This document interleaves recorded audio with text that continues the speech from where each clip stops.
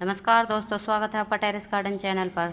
तो दोस्तों, आज हम आपको अपने इंडोर और शेड लिविंग प्लांट से मिलाने वाले हैं और उनके बारे में कुछ केयर टिप्स भी बताएंगे।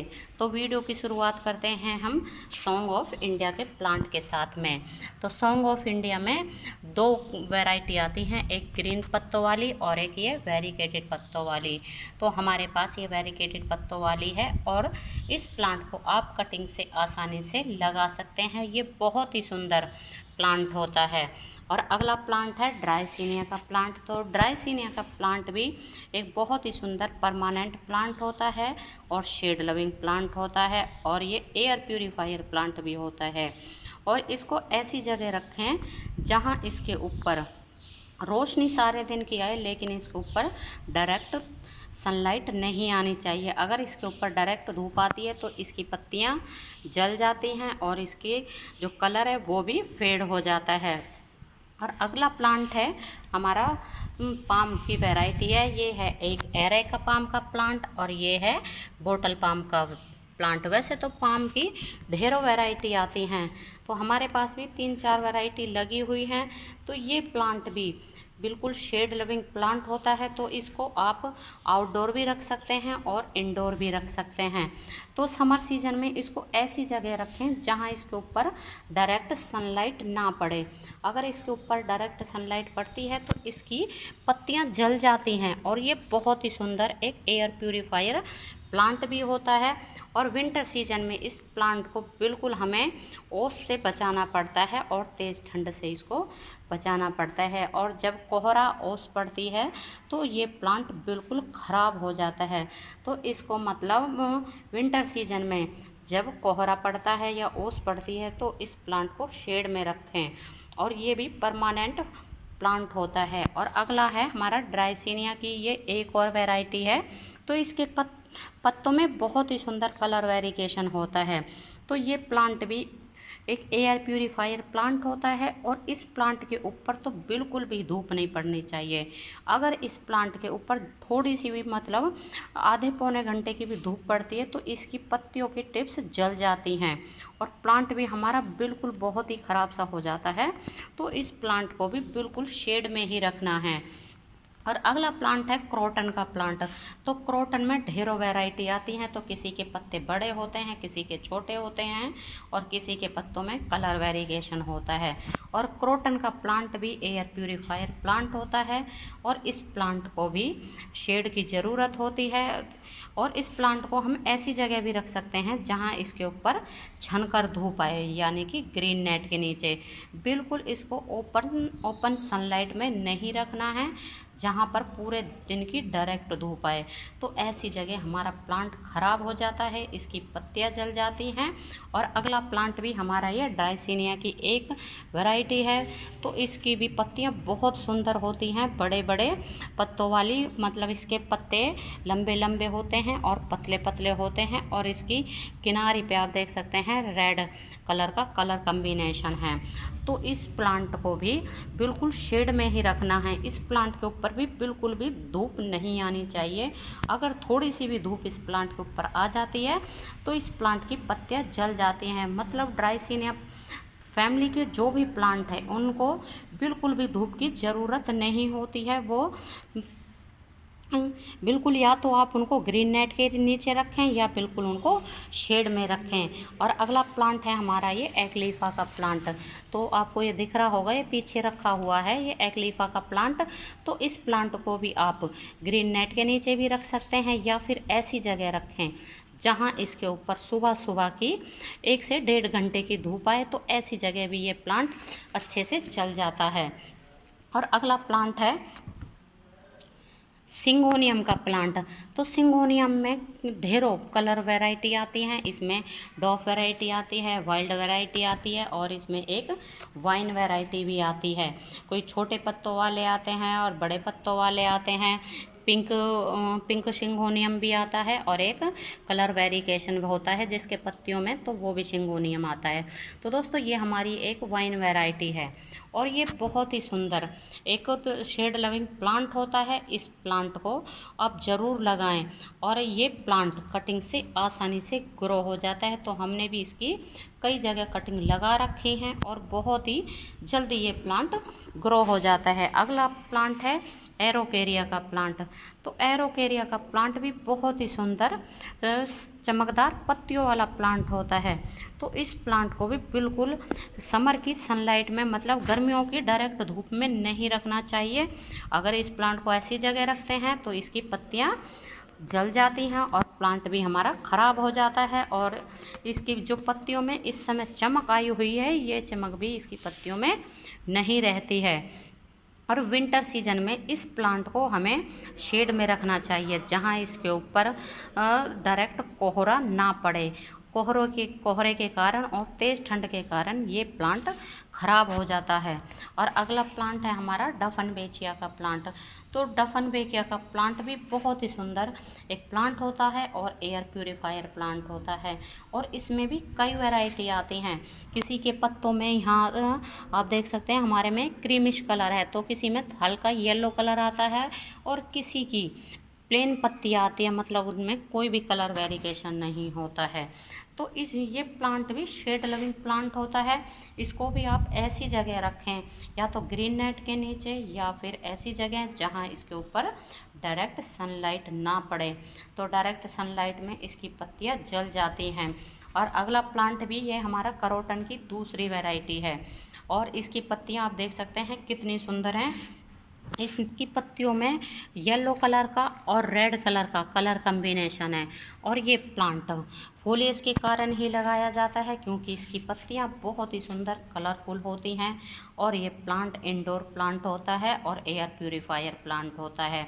और दोस्तों इसकी मतलब क्रोटन की कटिंग आप आसानी से लगा सकते हैं। बस इसकी कटिंग हमें काटनी है और उसको आप पहले पानी में ग्रो कर दे और जब उसकी रूट्स बन जाए तो फिर आप उसको सॉइल में लगा दें। तो इस तरह से हमारे और भी प्लांट बन जाते हैं, वो भी बिल्कुल फ्री में। तो हमने भी कई कटिंग लगाई हुई हैं क्रोटन की और वो सभी चल भी चुकी हैं।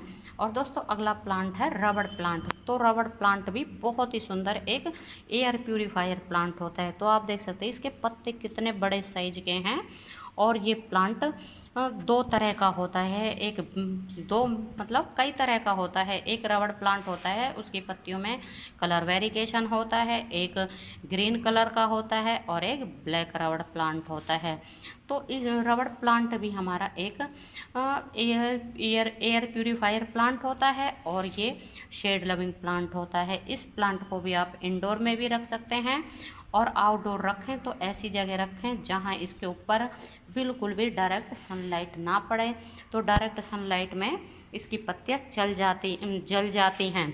तो आप देख सकते हैं ये हमने 1-2 दिन के लिए ही है ना बिल्कुल रख दिया था सनलाइट में, तो 1-2 घंटे की धूप में ही इसकी ये पत्ती जल गई है। और अगला प्लांट है अम्ब्रेला पाम। तो अम्ब्रेला पाम भी बहुत ही सुंदर एक शेड लविंग प्लांट होता है और इसको भी आप अपने गार्डन में ज़रूर लगाएं। और इसमें नीचे से बेबी प्लांट निकलते रहते हैं। तो आप देख सकते हैं हमारे इस प्लांट में कितने सारे नीचे से बेबी प्लांट निकले हुए हैं। आप चाहें तो इनको अलग कर करके लगा सकते हैं। और अगला प्लांट है स्नेक प्लांट। तो स्नेक प्लांट भी एक बहुत ही सुंदर एयर प्यूरीफायर प्लांट होता है और इसमें कई कलर आते हैं, जैसे कि इसकी पत्तियों में साइड में ये येलो कलर है और कोई बिल्कुल ही ग्रीन कलर की इसकी पत्तियां आती हैं और इसमें से भी नीचे से बेबी प्लांट निकलते रहते हैं। तो आप देख सकते हैं हमारे इसमें भी ये 2 बेबी प्लांट निकले हैं। तो आप चाहें तो इनको अलग करके लगा सकते हैं या फिर इस प्लांट को आप पत्तियों से भी ग्रो कर सकते हैं। ये प्लांट पत्तियों से भी आसानी से ग्रो हो जाता है। और अगला प्लांट है हमारा पीस लिली का प्लांट। तो पीस लिली का प्लांट भी आप देख सकते हैं छोटा सा ही प्लांट है, बाकी और भी हमारे प्लांट लगे हुए हैं पीस लिली के। तो ये भी एक शेड लिविंग प्लांट होता है। इस प्लांट में वाइट कलर के फ्लावर आते हैं और इसमें नीचे से बेबी प्लांट निकलते रहते हैं। तो आप चाहें तो उनको अलग कर करके लगा सकते हैं। तो हमने भी इस प्लांट को ऐसे ही अलग करके लगाया हुआ है। और अगला प्लांट है हमारा पान की बेल।